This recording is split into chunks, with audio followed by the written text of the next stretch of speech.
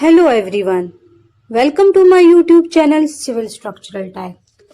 This is Engineer Afsha Khan Khalil and today we will be learning how to automatically add data using form option. So as if you type data, you will manually type your data like this. For example, female, for address I'm just typing Pakistan and Peshawar.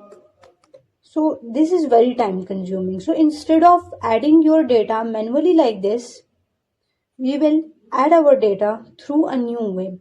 First, just click on this quick access toolbar, go to more command, click all commands, find form option.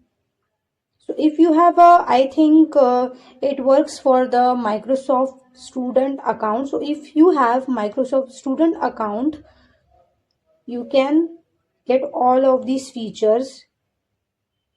So we will find form option. As you can see here it is. You will click just add and then OK.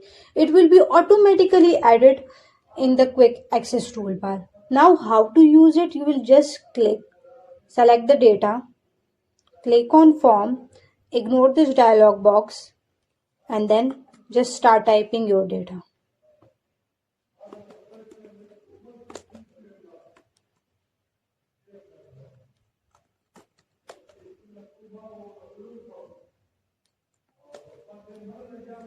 Okay, so if you want to move to the next data, for that you can click enter and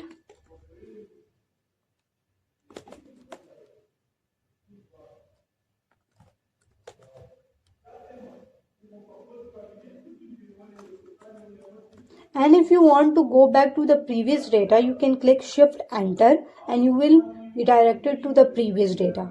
So once you are done with your filling of the data, you can just click close and boom, see how easy it is.